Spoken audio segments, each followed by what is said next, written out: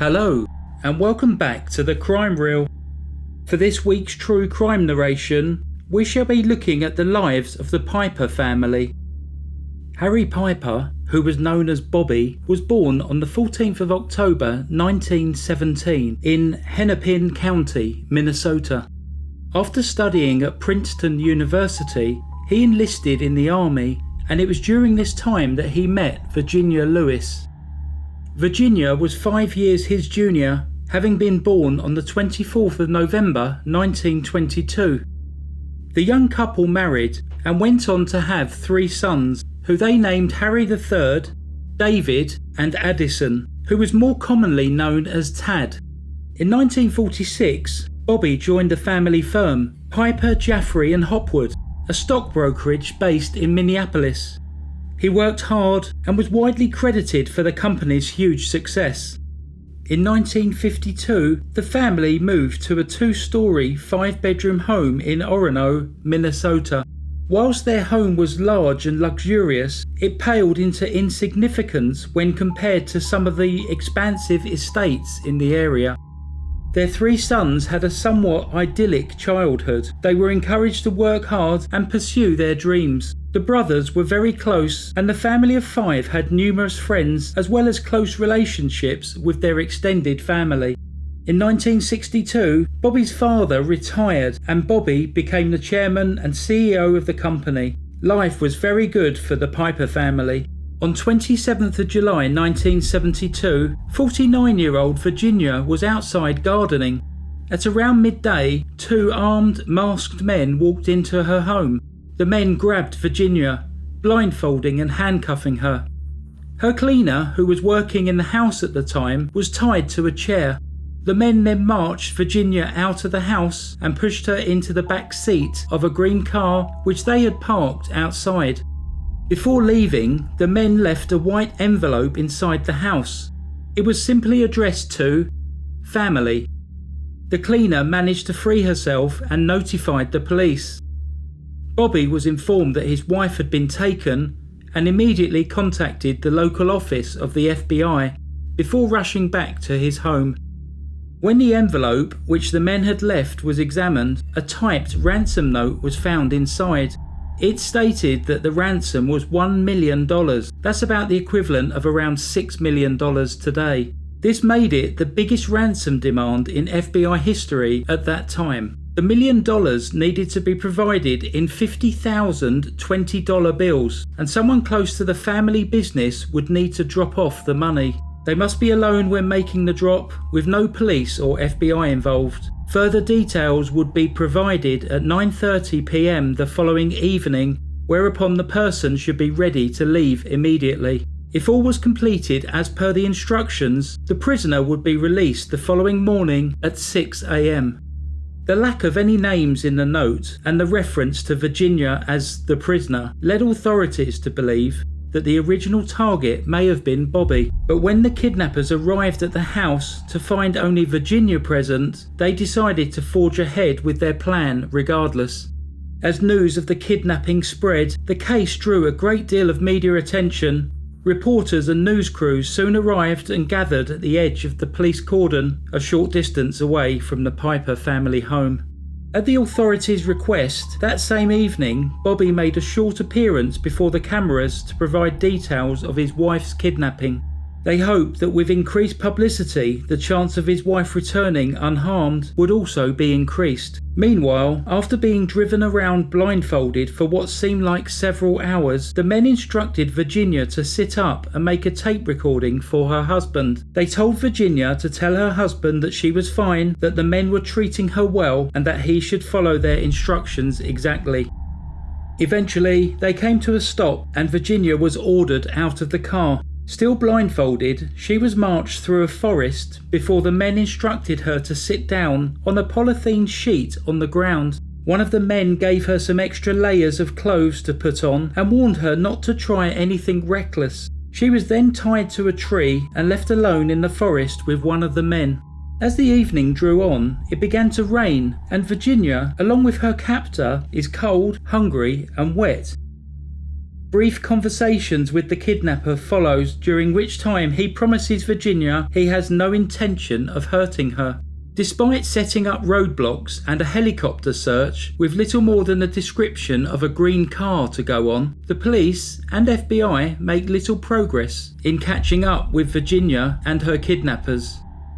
Against the recommendations of the FBI, Bobby started to arrange the ransom money in line with the instructions detailed in the letter. Beyond that, the family and authorities had no option than to sit and wait. Bobby was determined to follow the kidnappers' instruction to the letter, despite the FBI's reservations.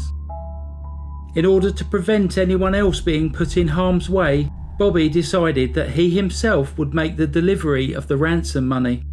His only concession to the FBI was to allow them to hide a small radio transmitter and video camera in his car. Bobby and Virginia's 3 sons, now aged 28, 25 and 19, were now not only faced with the prospect of their mother's fate being in her kidnapper's hands, but also that their father was about to put himself in harm's way in an attempt to rescue her. At 9:36 p.m. on the 28th of July, the phone rings. Bobby answers and to his relief hears Virginia's voice. She provides details of the drop location, but it soon becomes clear that Bobby is speaking to a recording and not Virginia herself. Meanwhile, over 30 hours since she had been snatched from her home, Virginia was still tied to a tree in the middle of a forest. The man who had been guarding her had walked away and never returned. Virginia was terrified that she would die of starvation or exposure in the forest. Determined to find a way to escape, she started to dig away at the wet ground at the base of the tree to which she was tied. The tree was relatively small, and she desperately hoped that she would be able to expose the roots and upend the tree. After receiving the kidnapper's call, Bobby immediately left the house with $1 million of cash in his car. He followed the directions given to him in the recorded phone call. These led him to a second set of instructions. Terrified and alone, he was then directed to a parked car into which he had to load the money and then follow a new set of instructions. He was eventually directed to park the car outside a bar, go inside and use the payphone to call the number which he had been given. Again, he was given further directions this time to take the car to a nearby convenience store. Here he was told to call a taxi and return home. The money was gone. It is assumed that the kidnappers retrieved the ransom money while Bobby was on the payphone in the bar. Once again, Bobby and the authorities could do nothing other than wait.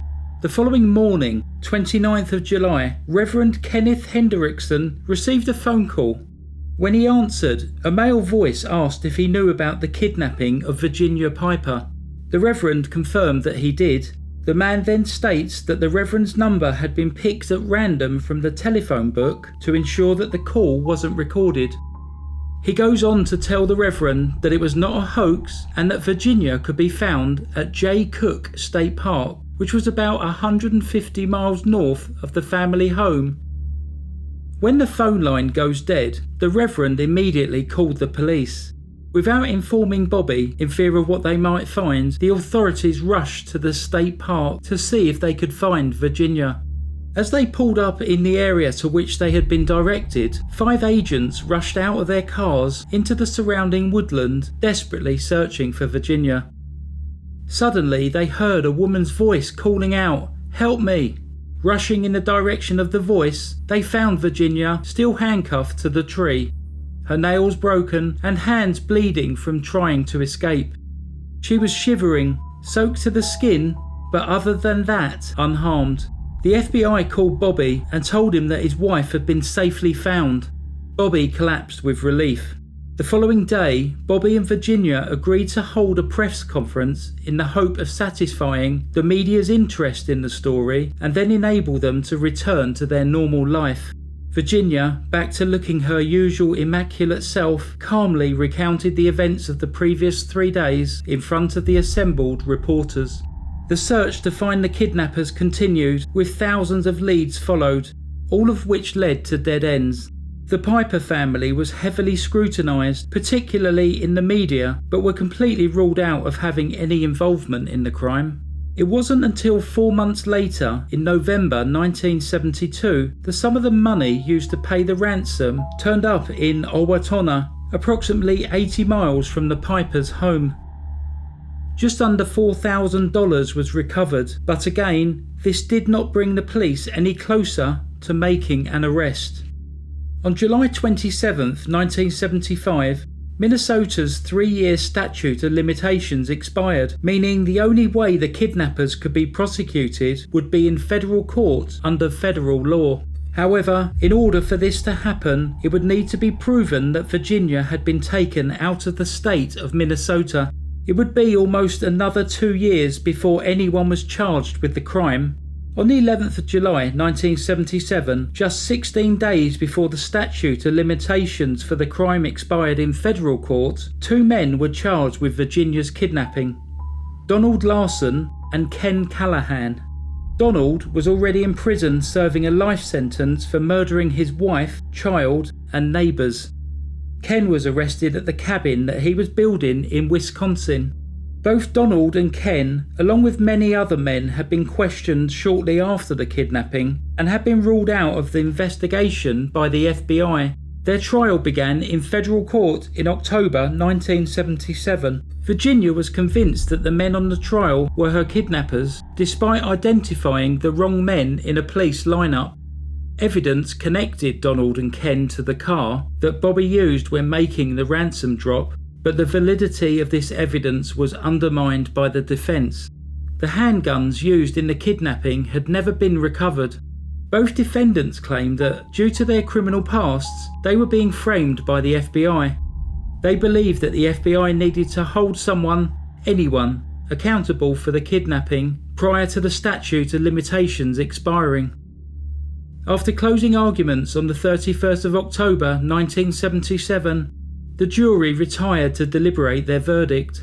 After 4 days, they returned and found both men guilty. They were both sentenced to life in prison.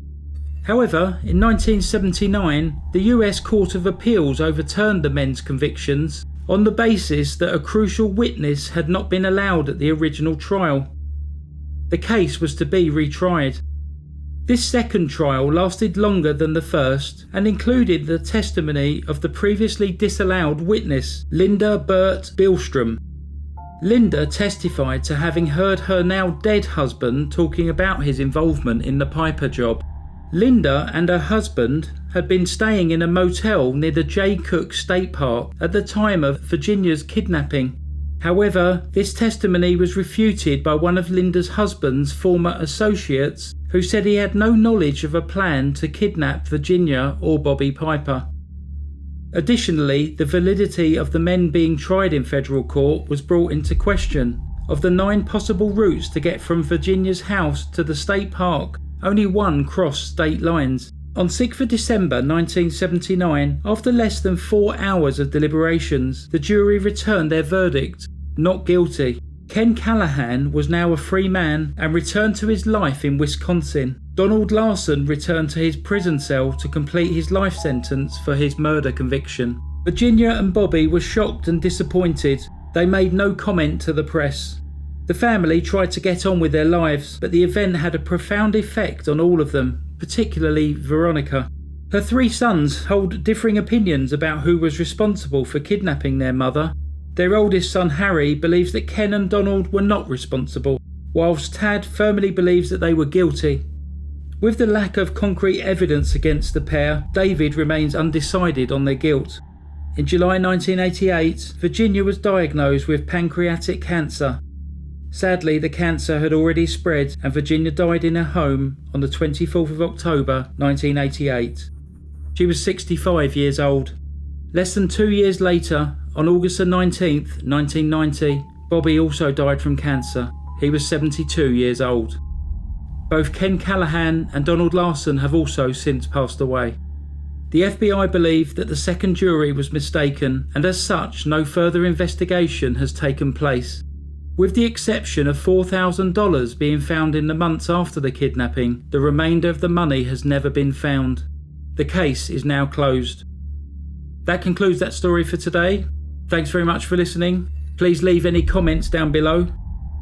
So in today's petty crime, Jean Cutchin has sent me in some photos of her lovely dog, Molly. Jean lives in West Wyangaree in New South Wales in Australia, and the picture was actually taken in Coracai. Molly's kindly giving her paw to Jean in order to try and get a piece of Danish pastry. And finally, Michelle from Canada has sent in a picture of Mr. Tiny. Well, hello, Mr. Tiny. Thank you for listening to The Crime Reel. Stay safe. Goodbye. Psst. If you look around on YouTube, you'll be able to find an interview of Virginia. It's quite interesting. She was a very courageous woman. Goodbye.